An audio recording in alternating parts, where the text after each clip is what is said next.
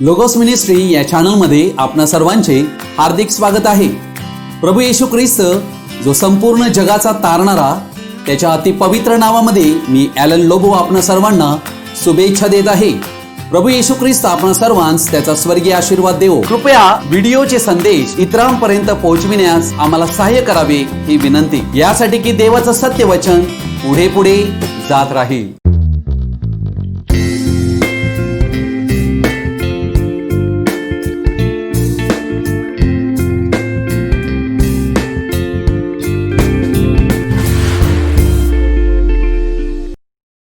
प्रभू येशू ख्रिस्ताची स्तुती असो। माझ्या प्रिय भाव बहिणीनो, आज आपण एका विषयाकडे आमचं लक्ष लावणार आहोत। विषयाचं शीर्षक आहे ख्रिस्त विरोधी आत्म्याचं देवाच्या मंडळीमधील कार्य। अर्थात हा विषय अत्यंत गंभीर विषय आहे आणि ख्रिस्ती जीवनामध्ये अत्यावश्यक असा हा विषय आहे। ख्रिस्ताच्या मंडळीला याची फारच कमी माहिती आहे, जी फार भयानक व धूर्त काम ख्रिस्त विरोधकास करीत आहे। त्याचे काम प्रभाव पाडून अडखळण करण्याचे आहे। ख्रिस्तामध्ये मंडळीची कुवत थांबविण्याचं कार्य ख्रिस्त विरोधी आत्मा आजपर्यंत करीत आलेला आहे। आज आम्ही अशा एका काळात जगत आहोत जेथे ख्रिस्त विरोधी आत्म्याने देवाच्या सामर्थ्याचा ओघ ख्रिस्ती जीवनात बंद केलेला आहे। जसा एखादा सर्प दंश करतो, तसाच हा ख्रिस्त विरोधी आत्मा ख्रिस्ती व्यक्तीला दंश करीत आहे। मानवी इतिहासात या आत्म्याने खूपच फसवणूक करण्याची कामगिरी बजावलेली आहे। त्यांतूनच खोटे संदेष्टे, श्वापद आणि ख्रिस्त विरोधक ह्याच आत्म्याचे उत्पादन आहेत। कोणताही व्यक्ती हा ख्रिस्त विरोधी आत्म्यापासून आहे हे कसे ओळखता येईल? होय, जर ते वचनाप्रमाणे बोलत नसतील तर ते वचनाचे नाही। जसं सैतानाने पहिल्या आदमाची पत्नी हव्वा हिला फसविलं, तसेच प्रभू येशू ख्रिस्त जो दुसरा आदम त्याच्याही मंडळीला फसविण्याचा अंत समयामध्ये फारच प्रयत्न करीत आहे। अर्थात हा प्रयत्न देवाच्या वचनामध्ये मिलावट करून, म्हणजे देवाच्या वचनात संकलन करून आपल्याला जे काही पटते, जे आपल्याला मान्य, अशा सर्व गोष्टी त्यामध्ये घालून भेसळयुक्त करावे। देवाने अशी कोणतीच जागा ठेवलेली नाही की कोणी व्यक्तीने वचनाच्या पुढे धावावे। प्रभू येशू ख्रिस्ताच्या दिवसामध्ये शास्त्री, फरुशी, सदुकी हे पंथ त्यावेळेला उदयास होते। अर्थात हे लोक जे होते हे प्रभू येशू ख्रिस्तावर कायम पाळत ठेवणारे लोक होते। कट कारस्थान करणारे, अर्थात प्रभू येशू ख्रिस्त पापरहित व्यक्ती असतानाही त्याच्यामध्ये दोष पाहण्यासाठी हे टपून बसलेले लोक होते। अर्थात हे सर्व व्यक्ती आणि त्यांचे पंथ हे ख्रिस्ताला विरोध करणारे होते, प्रत्येक गोष्टीत ख्रिस्ताला विरोध करणारे। म्हणून त्यांची कृती ही त्यांची ओळख देते, ते ख्रिस्त विरोधक होते। त्यावेळी 2000 वर्षापूर्वी पुष्कळ ख्रिस्त विरोधी होती, तर आता शेवटच्या घडीत किती असतील त्या गोष्टीची परीक्षा करणे आहे। अर्थात ख्रिस्त विरोधी आत्मा हा दुरात्मा आहे, दुष्ट आत्मा आहे। दुरात्म्यांचं अय्याम यांतून हा ख्रिस्त विरोधी आत्मा या जगामध्ये प्रकट होत असतो। इफिस्करास पत्राच्या 6 अध्याय 12व्या वचनामध्ये हे दुरात्म्याचं जग आढळते। अर्थात आज ते मनुष्य जातीमध्ये, अर्थात स्त्री आणि पुरुषामध्ये हा ख्रिस्त विरोधी आत्मा आज कार्यरत आहे। पवित्र आत्म्याचा अग्नी मंडळीमध्ये होता, परंतु कालांतराने हा अग्नी विझत गेलेला आहे। अर्थात ख्रिस्त विरोधी आत्म्याची कार्य ही चालू झालेली आम्हाला आढळत आहेत। म्हणून हा ख्रिस्त विरोधी आत्मा जेव्हा मंडळीमध्ये प्रवेश करीतो, तेव्हा मंडळीला तो औपचारिक मंडळी बनवितो, म्हणजे फॉर्मॅलिटीचं। केवळ चर्चला तुम्ही या, बसा, हजेरी लावा, टाळ्या वाजवा, गीत गा, अर्थात तुम्ही मेंबर आहात, बस तुमची मेंबरशिप आहे ना, बस। अर्थात तो मंडळीला नवीन जन्मा विरहित ठेवू इच्छितो। हा आत्मा काही देवाला न मानणारा आत्मा नाहीये, हा देवाला मानणाराच आत्मा आहे। म्हणूनच हा फार धार्मिक आत्मा आहे। अर्थात हा आत्मा वचनाला न मानणारा, सत्याला न मानणारा असल्या कारणाने मंडळीची परिस्थिती कोमट आणि थंड करून टाकतो। तिमोथेला दुसरे पत्र याचा 4 अध्याय याचं 3 आणि 4 वचन म्हणते, कारण ते सुशिक्षण ऐकून घेणार नाहीत, तर आपल्या कानांची खाज जिरावी, म्हणून ते स्वेच्छाचाराने आपणासाठी शिक्षकांची गर्दी जमवितील आणि ते सत्य ऐकण्यापासून फिरतील व कल्पित कहाण्यांकडे वळतील, अशी वेळ येईल। अर्थात या वचनात आम्ही पाहिल्याप्रमाणे आज आम्हाला अशीच परिस्थिती आढळत आहे। प्रेषितांची कृत्य याचा 20वा अध्याय आणि याचं 29 वचन मी आपणापुढे वाचत आहे। मी गेल्यावर कळपाची दयामाया न करणारे क्रूर लांडगे तुम्हामध्ये शिरतील, हे मी जाणून आहे. तुम्हापैकीही काही माणसे उठून शिष्यांना आपल्या मागे ओढून घेण्यासाठी विपरीत गोष्टी बोलतील. अर्थात संत पॉल हा ख्रिस्त येशूचा एक प्रेषित आहे. आपले जाणे झाल्यानंतर काय होणार आहे हे पवित्र आत्म्याने त्याला प्रकट केलेले आहे. अर्थात त्याला दिसत आहे की कळपाची म्हणजे ख्रिस्ताच्या मंडळीत असणारी सर्व मेंढरं यांच्यावर दया माया न करणारे क्रूर लांडगे तुम्हामध्ये शिरतील. अर्थात हे ख्रिस्त विरोधी आत्म्याचं कार्य या ठिकाणी पौलाला देवाने स्पष्ट दाखवलेलं आहे. तुम्हापैकीही काही माणसे उठून, अर्थात ही लोक मंडळीमध्ये बसलेली लोक आहेत, त्यांतूनच हे ख्रिस्त विरोधी उठणार आहेत. काही माणसे उठून शिष्यांना आपल्या मागे ओढून घेण्यासाठी विपरीत गोष्टी बोलतील. आपल्या मागे ओढून घेण्यासाठी याचा अर्थ काय? आपल्या प्रभावाखाली आणण्यासाठी, आपल्या अधीन करण्यासाठी ही माणसे कार्यरत असतील. पवित्र आत्म्याने नाही, ख्रिस्त विरोधी आत्म्याच्या प्रभावाने. अर्थात ही विपरीत गोष्टी बोलतील म्हणजे काय? अर्थात हे व्यक्ती जे असतात हे फार फसवे असतात, परंतु त्यांचं बोलणं जे असते हे एवढं गोड आणि मनोरम असते की ज्याद्वारे लोकांना ते आपलेसे करीतात. अर्थात गोड बोलून आपला प्रभाव त्यांच्यावर पाडू इच्छितात. कैक वेळेला पैशांची मदत करून त्यांना आपलेसे कसं करता येईल यासाठी पुष्कळ प्रयत्न करतात, गिफ्ट्स देत असतात. अर्थात ते वागताना अशा प्रकारे वागतात, आपल्याविषयी त्यांना फार काळजी आहे असे वाटते, परंतु त्यांना आपल्याकडून काहीतरी हवे असते. अर्थात हे क्रूर लांडगे का म्हटलेले आहेत? हे राजकारणी धोरणाचे असतात. त्यांच्यामध्ये सरळपणा नसतो, ते सरळ बोलणारे नसतात, सरळपणे वागणारे नसतात. मधमाशीप्रमाणे त्यांच्या तोंडामध्ये मध असते, परंतु त्यांच्या शेपटामध्ये नांगी असते. पेत्रचं दुसरं पत्र याचा दुसरा अध्याय या क्रूर लांडग्यांची पूर्णपणे ओळख देत आहे. प्रभू येशू ख्रिस्ताने या क्रूर लांडग्याविषयी म्हटलेलं आहे. मत्तई 7 अध्याय 15 वचनात प्रभू येशू म्हणतो, खोट्या संदेष्टांविषयी जपून राहा. ते मेंढरांच्या वेशाने तुमच्याकडे येतात, पण ते अंतरी क्रूर लांडगे आहेत. अर्थात बाहेरून ते मेंढरांसारखे भासतात, पण त्यांनी तो वेश धारण केलेला आहे, त्यांनी रूप धारण केलेलं आहे, परंतु त्यांचं अंतकरण प्रभू येशू म्हणत आहे की क्रूर अंतकरणाचे आहेत. अर्थात राजकारणी धोरणाचे आहेत. परंतु 16 वचनात प्रभू येशू म्हणतो की त्यांच्या फळावरून तुम्ही त्यांना ओळखाल. हे फळ जे असते ही त्यांची कृती असते. या कृतीवरूनच आम्ही त्यांना ओळखायला हवं. म्हणून आमचं लक्ष कोण काय बोलते त्याकडे नाही, परंतु कोण नक्की काय करत आहे याकडे लागणे फार फार आवश्यक आहे. म्हणूनच योहानाचं पहिलं पत्र 4 अध्याय 1 वचन म्हणते, प्रत्येक आत्म्याचा विश्वास धरू नका, तर ते आत्मिक देवापासून आहेत की नाही यांची परीक्षा करा. आम्हाला पारख करण्याचं काम दिलेलं आहे. काय आम्ही पारख करीत आहोत की आम्ही सर्वांना सहज स्वीकारत आहोत? आज आम्ही ज्या काळात पोहोचलो आहोत फार भयानक फसवणुकीचा हा काळ आहे. आम्हाला जर सावध राहायचं असेल आणि ख्रिस्त विरोधी आत्म्याच्या प्रभावापासून मुक्त व्हायचं असेल तर क्रूर लांडग्यांना ओळखणं फार फार आवश्यक आहे. रोमकरास पत्राचा 16 अध्याय 17 आणि 18 वचन मी आपल्या पुढे वाचत आहे. आता बंधुजन हो, मी तुम्हाला विनंती करीतो की तुम्हाला जे शिक्षण मिळाले आहे त्याविरुद्ध जे फुटी व अडथळे घडवून आणत आहेत त्यांच्यावर लक्ष ठेवा आणि त्यांच्यापासून दूर व्हा. कारण तसले लोक आपल्या प्रभू ख्रिस्ताची सेवा करीत नाहीत, तर स्वतःच्या पोटाची सेवा करीतात आणि गोड लागवी भाषणाने भोळ्या भाबड्यांची अंतकरणे भुलवितात. अर्थात हे वचन तुम्हा आणि आम्हा सर्वांना, ख्रिस्ती व्यक्तींना चेतावणी देत आहे की अशी काही लोक आहेत जे आपल्या पोटाची सेवा करीत आहेत, जे आपल्या स्वतःच्या पोटाची सेवा करीत आहेत. आणि त्यांचं दुसरं वैशिष्ट्य हे की गोड आणि लागवी भाषणाने भोळ्या भाबड्यांची अंतकरणे भुलविण्याची कार्य करीतात, फुटी निर्माण करीतात, अडथळे निर्माण करीतात. या सर्वांपासून आम्हाला दूर राहण्याची ताकीद देण्यात आलेली आहे. अर्थात हे प्रचारक आहेत आणि हे फार प्रभावशाली असतात. हे चिन्हे चमत्कार करीत असतात, परंतु त्यांच्याद्वारे घडलेल्या चिन्ह चमत्कारावरून ते कोणी आध्यात्मिक आहेत असे समजता कामा नये. पहा, त्यांना ओळखावे कसे? आम्ही त्यांना ओळखणं फार फार आवश्यक आहे. ज्या वेळेला एखादा प्रचारक तुमच्याकडे सोने, अंगठी, दागिने, चैन, पैसे किंवा चेक किंवा डिमांड ड्राफ्ट पे ऑर्डर किंवा कोणती तरी वस्तू याची मागणी करीतो आणि म्हणतो माझ्या मिनिस्ट्रीला तुम्ही सपोर्ट करायला हवा, माझ्या सेवकाईसाठी तुम्ही पैसे द्यायला हवे.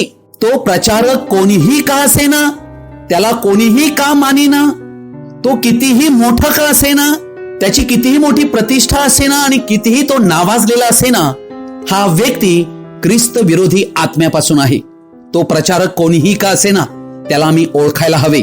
ख्रिस्ती मंडळीमध्ये नेतृत्व याविषयी कमाल मतभेद ख्रिस्ती मंडळामध्ये ख्रिस्त विरोधी आत्म्यांतूनच निर्माण झालेले आम्हाला आढळत आहे. अर्थात अनेक लोकांचे लक्ष देवाच्या वचनाकडे लागलेले नाही, तर इतर गोष्टींकडे लागलेले असते. अर्थात हे ख्रिस्त विरोधी आत्म्याचं कार्य आहे. रोमकरास पत्र 13वा अध्याय 1 आणि 2 वचन मी आपणा पुढे वाचत आहे. प्रत्येक जणाने वरिष्ठ अधिकाऱ्यांच्या अधीन असावे, कारण देवापासून नाही असा अधिकार नाही. जे अधिकार आहेत ते देवाने नेमलेले आहेत.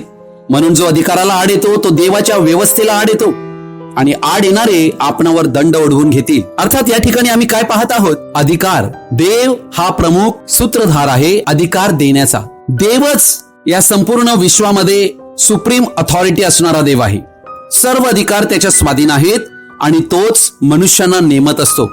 म्हणून वचन म्हणते की देवापासून नाहीत असे अधिकारच नाहीत. म्हणून जे अधिकार आहेत ते देवाने नेमलेले आहेत आणि ते अधिकार जे आहेत हे देव मंडळीमध्ये दाखवितो. अर्थात या ठिकाणी आम्हाला आढळते दुसरं वचन म्हणते जो अधिकाराला आड येतो तो देवाच्या व्यवस्थेला आड येतो आणि आड येणारे स्वतःवर दंड ओढवून घेणार आहेत. अर्थात कोणताही व्यक्ती त्याला वाटते की मी तर देवावर भरोसा करीतो, देवावर प्रेम करीतो, परंतु ज्या वेळेला तो देवाच्या अधिकाराच्या विरुद्ध कृती करीतो तेव्हा तो ही गोष्ट समजत नाही की तो देवावर आपला हात उगारत आहे. अर्थात या ठिकाणी अधिकार ही व्यवस्थेला दर्शविलेला आहे आणि ज्या वेळेला अधिकाराच्या विरुद्ध व्यक्ती वागू लागतो त्यावेळेला तो देवाच्या व्यवस्थेविरुद्ध वागू लागतो. म्हणूनच आज कित्येक लोक मंडळामध्ये अधिकाराला न मानणारे आम्हाला आढळत आहेत आणि अधिकाराला न मानणारे यांच्यामध्ये ख्रिस्त विरोधी आत्मा प्रामुख्याने कार्य करीत असतो. म्हणूनच हे लोक बंडखोर लोक असतात. अर्थात हे चित्र तुम्ही आणि आम्ही जुन्या करारामध्ये देखील पाहतो. आम्ही पाहतो की मोशे आणि अहरोन हे परमेश्वराने निवडलेले त्याचे सेवक होते, परंतु त्या ठिकाणी कोराह नावाचा एक व्यक्ती जो एक याजक होता. देव जेव्हा एखाद्या व्यक्तीचा उपयोग करतो तेव्हा हे आढळलेलं आहे की पुष्कळ वेळेला असा व्यक्ती गर्वाने फुगलेला आहे. कोराह बाबतीत आम्ही पाहत आहोत देव काही मोशे बरोबरच बोलतो काय आमच्या बरोबर देखील बोलतो, अशा प्रकारचे ते आपल्या स्वतःला मोशे बरोबर तुलना करीत होते. यांतूनच हा विचार उत्पन्न झाला की मीच खरा, बाकी सर्व लबाड आहेत. थोडंसं यश मनुष्याला आध्यात्मिक गर्विष्ठपणा, अहंकार निर्माण करण्यास कारणीभूत ठरतो. नम्रतेची, सहनशीलतेची किती अत्यावश्यकता आहे हे यावरून आम्हाला कळते. अर्थात कोराहने दोषारोप करण्यासाठी आणि संपूर्ण इस्रायलाच्या मंडळीमध्ये गोंधळ माजविण्यासाठी सुरुवात केली. हा ख्रिस्त विरोधी आत्मा होता. अर्थात हे काही एका दिवशी झालं नाही, याचं कार्य चालू होतं. कुटुंबांतून या गोष्टीला सुरुवात होत असते. म्हणून आम्ही आमच्या कुटुंबाकडे लक्ष देण्याची फार फार आवश्यकता आहे. कुटुंब देवाच्या व्यवस्थेमध्ये आहे की नाही हे तपासणं फार गरजेचं आहे. जर आमचं कुटुंब देवाच्या व्यवस्थेमध्ये नाही तर ख्रिस्त विरोधी आत्म्याचं कार्य एका व्यक्तीकडून कुटुंबात चालू होते आणि कुटुंबाकडूनच ते देवाच्या मंडळीमध्ये शिरते. त्या ठिकाणी कोराह नावाचा एक व्यक्ती जो एक याजक होता, कहाती वंशापैकी एक होता. गणना 7वा अध्याय 9व्या वचनाप्रमाणे, पण कहा त्याच्या वंशजांना काही दिले नाही, कारण पवित्र स्थानातल्या वस्तू खांद्यावर वाहून नेण्याची सेवा त्यांना नेमून दिलेली होती. अर्थात या ठिकाणी आम्हाला काय आढळत आहे? कोराह नावाच्या व्यक्तीला देवाचा पवित्र कोश, जो कराराचा कोश, तो खांद्यावर वाहून नेण्याची सेवा दिलेली होती. अर्थात ही नेमणूक देवाने केलेली होती, परंतु कोराहाला कोश उचलून नेण्याचे काम कमीपणाचे वाटू लागले आणि तो असमाधानी झाला होता. म्हणून गणना याचा 16वा अध्याय याच्या 10व्या वचनामध्ये आम्ही पाहतो तो मोशे आणि अहरोन यांना विरोध करीत असताना संपूर्ण मंडळी पुढे उभा राहतो. तेव्हा मोशे कोराहला उत्तर देत आहे. 9 ते 10 वचन, तुम्ही परमेश्वराच्या निवास मंडपाची सेवा करावी आणि मंडळीची सेवा करण्यासाठी तिच्या समोर उभे राहावे, म्हणून परमेश्वराने तुम्हाला आपल्या जवळ येऊ दिले. या कार्यासाठी इस्रायलाच्या देवाने तुम्हाला इस्रायल लोकांच्या मंडळींतून वेगळे केले. हे काही थोडे झाले? तुला व तुझ्या सर्व लेवीय भावबंधांना परमेश्वराने आपल्या जवळ घेतले असले तरी याजक पद ही तुम्ही मिळवू पाहता काय? यावरून तू व तुझे सर्व साथीदार परमेश्वराच्या विरुद्ध जमलेले आहात हे स्पष्ट होते. अहरोन तो काय की तुम्ही त्याच्या विरुद्ध कुरकुर करावी. अर्थात या ठिकाणी हे सर्व साथीदार जे जमा झालेले आहेत, 250 नामांकित व्यक्ती जमा झालेले आहेत, हे सर्व मंडळीमध्ये सेवा करणारे व्यक्ती होते. परंतु आम्हाला या ठिकाणी आढळत आहे ख्रिस्त विरोधी आत्म्याच्या प्रभावाखाली आलेले आहेत आणि त्यामुळे ते असमाधानी झालेले आहेत. त्यांना ज्या कामासाठी नेमलेलं आहे ते काम त्यांना कमीपणाचं वाटू लागलेलं आहे. ह्या कारणामुळे त्यांनी मंडळीमध्ये कुरकुर चालू केली, वादविवाद चालू केला, गोंधळ चालू केला आणि यांतूनच तटफुटी निर्माण केल्या. कोरहाला याजकपद हवे होते. मला जी सेवा दिलेली आहे, मला जे सेवक पण दिलेलं आहे त्यापेक्षा मी अधिक लायक आहे. मला मोशेसारखं व्हायचं आहे. त्याला मोशेची, अहरोनाची जागा हवी होती. अर्थात प्रत्येक व्यक्तीला देवापासून एक व्यक्तिगत पाचारण आहे. त्या पाचारणाच्या विरुद्ध कोणी जाऊ शकत नाही, कारण हे देवाच्या इच्छेप्रमाणे प्रत्येकाला नेमून देत असतो. या ठिकाणी आम्ही पाहत आहोत कोरहा आणि त्याचे 250 नामांकित सहकारी बंधुजन हे सर्व अधिकाराविरुद्ध आल्या कारणाने आपल्या स्वतःवर त्यांनी दंड ओढवून घेतला. ज्या सेवेसाठी देवाने त्यांना नेमलं आहे ती सेवा त्यांना नको आहे. अशा प्रकारचे नेतृत्व त्यांनी केलेले आहे. संपूर्ण मंडळीला गोंधळात टाकण्याचं कार्य केलेलं आहे. ही आहे ख्रिस्त विरोधी आत्म्याची भ्रष्टता, ज्याद्वारे संपूर्ण मंडळीत कशा प्रकारे दुफळी माजावी हा दुरात्मा, हा ख्रिस्त विरोधी आत्मा आजपर्यंत करीत आलेला आहे. काय तुम्ही या आत्म्याला ओळखू शकता काय?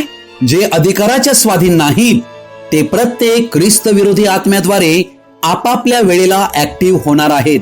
म्हणून या व्यक्तींपासून आम्ही सावध राहायला हवं. ख्रिस्त विरोधी आत्मा हा सहभागिता नष्ट करणारा आत्मा आहे. कडूपण उत्पन्न करून सहभागिता नष्ट करावी हा त्याचा मार्ग आहे. देवाचं वचन काय म्हणते?